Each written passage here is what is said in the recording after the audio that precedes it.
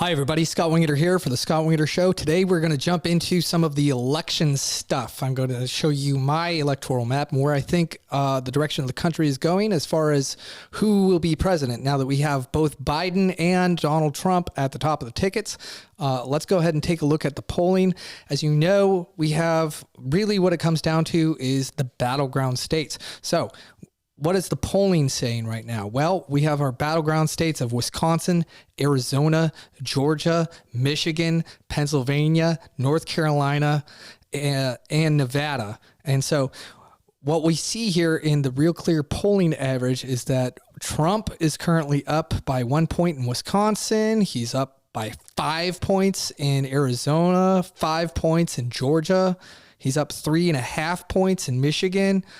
He's just squeaking by in the average in Pennsylvania, and he's up by 5.5 points in North Carolina and 5 points in Nevada as well. So every single one of these polls in every single one of these battleground states, Trump is winning. And it really depends on whether or not it's one of those 5 people races that people are polling in that goes into these averages, or whether or not it's just a Biden versus Trump.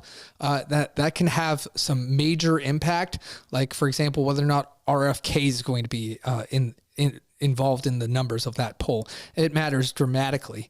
And I think every time that RFK is in one of these battleground state polls, basically that hurts Biden. It hurts Trump some, but it hurts Biden worse. And so that's what we're going to see here moving forward. So here we have our map. This is 270 to win, obviously. It's just a great tool. And I use this all the time when I was teaching in my classroom when I'm explaining the Electoral College. The Electoral College obviously is what is going to be the determining factor here. So here, like I said, we have our states: Arizona, Nevada, Wisconsin, Michigan, Pennsylvania, North Carolina. We'll go ahead and make that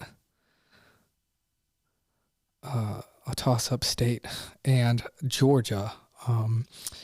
And so as we fill in this map, like I said, according to all of the polling, Trump is winning by 5 points in Arizona, in Nevada. The Rust Belt up here, these are the states that he's not as far ahead, but he's 5 points up in North Carolina, 5 points up in Georgia.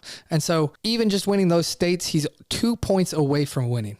So all he has to do, if he gets all of those states that he's 5 points up in, he has to win either Wisconsin, Michigan, or Pennsylvania.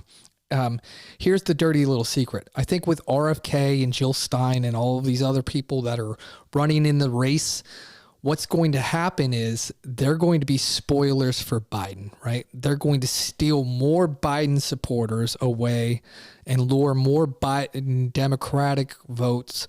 You can think of it maybe as like the actual liberal Democrats, the few of them that are out there, and I make a differentiation between who's a liberal and who's a leftist, right? So a guy like RFK or a Joe Manchin from West Virginia, they're the last bit of liberals left. Maybe Kristen Sinema of Arizona, they're the last liberals, Democrats left. Even Biden, who, campaigned as a centrist, is not a centrist. He's a leftist, right? And so the people that are going to be attracted to still voting sort of Democrat, but not Joe Biden, there are going to be a lot more of those people than the anti-Trump Republican votes out there that might be persuaded by like an RFK Jr. So point is, I think Wisconsin goes red. I think Michigan goes red, and I think Pennsylvania goes red. And then we get up to 312 electoral votes as a result of that. Also, one of the possible determining factors is who's going to be Trump's vice presidential pick, right? I'm a huge fan of Governor Ron DeSantis. So Here's an interesting theory, right? Let's say I don't think he's going to pick DeSantis because of the 12th Amendment. All right. The 12th Amendment says that if you're an elector to the Electoral College, you cannot vote for a president and a vice president who share the same state residency as you. And so you have 30 electoral votes down here in Florida, right? That's 30 separate electors. So you're going to run into an issue, right? If you have both Donald Trump at the top of the ticket, if you're a Republican elector, and then if he were to choose Ron DeSantis as an example for his vice presidential pick, if I'm an elector to the Electoral College, I literally can't vote for both of them. I can vote for one of them. And so that doesn't necessarily mean that Ron DeSantis cannot be his vice presidential nominee. It just means that, all the delegates, all the electors from Florida can't vote for both of them. So there's got to be some sort of strategy in place then if that's what you're going to do, right? So for example, maybe 16 of the 30 electors vote for, Donald Trump, and then 14 of the electors don't vote for Donald Trump, but vote for Ron DeSantis as the vice president.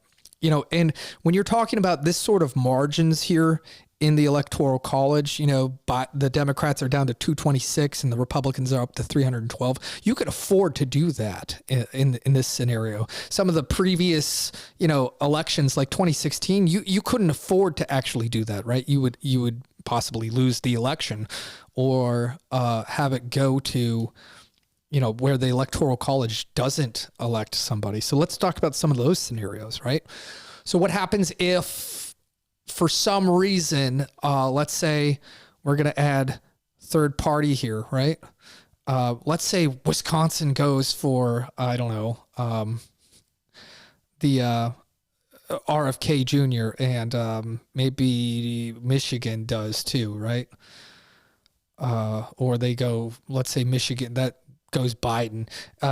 Somehow you end up, however you're going to do it, to where, it's a scenario like this where, like I said, Donald Trump is 2 points away from getting the magic number of 270, right? What happens at that point? Well, at this point, things get interesting. What happens is the House of Representatives is then going to pick the president, whoever that person is going to be.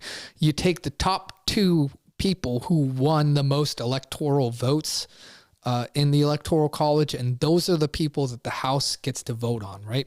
And what will happen in a scenario like that, and this has happened a couple of times in American history. It happened in the election of 1800 with Jefferson and Burr. It happened in the election of 1824 when it was John Quincy Adams versus Andrew Jackson. So this has happened before in American history. And so what'll happen is the states will get together, all the congressmen, all the people that work in the House of Representatives, all of our representatives like Morgan Luttrell or Dan Crenshaw, those guys. So you get together by your state delegation. So all the Republicans in Congress from a state and all the Democrats, and you add those guys up, right? And what happens in that situation is each member of the state delegation gets a vote on who they want to be president. And so the Republicans are probably going to vote for Republicans, and the Democrats are probably going to vote for Democrats. And you have some states out there that have sort of this tie in their state delegation, and so they need to either come to a consensus or they don't get a vote. So if it's a tie and they refuse to bend or buckle, then that state just doesn't get to vote. And each state gets one vote. And so whoever comes out as having a majority of the state delegation's votes at that point in the House of Representatives becomes president. And if that was to happen, it's not just the Republicans control the House of Representatives. They actually control more state delegations as well outright than the Democrats. I think they have 26 of the 50 state delegations in like firmly under their control. So in that situation, what's going to happen is Donald Trump is definitely going to be president of the United States. It's not necessarily true for the vice presidential candidates. That's determined by the U.S. Senate, which is controlled by the Democrats. And each senator gets one vote. And remember, the Senate is tied 50-50. And so we might have a situation, if it were to play out as I just put that out there, where Donald Trump is clearly elected as the president of the United States by the House of Representatives, and then the Senate ties in a vote, and then Kamala Harris gets to break that tie by voting for Kamala Harris. So could you imagine having a Trump-Harris administration for the next 4 years? I don't think that's going to happen, but it's still kind of interesting to learn about and to know that that's how it's prescribed. So that's all I got for you today. Thanks for tuning in, and make sure to check out my my link in my bio for where to find some of the other content that I create on other platforms as well. Thank you.